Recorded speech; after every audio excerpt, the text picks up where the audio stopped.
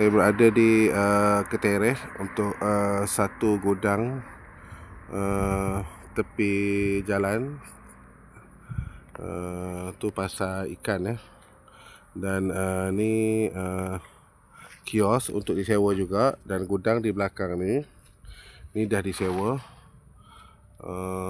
Tu ada pasar raya satu lagi pasar raya situ. Okey, gudang ni berkeluasan 40 kali 60 Okey, kita tengok. Alright, gudang kosong tiada ada TV, wiring, ada lampu, tapi kosong, tak ada office, tak ada apa. Ada plug.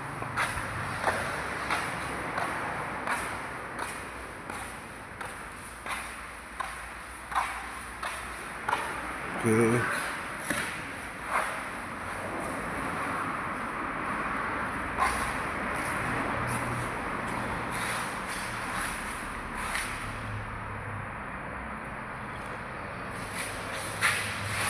Right, ni pintu belakang.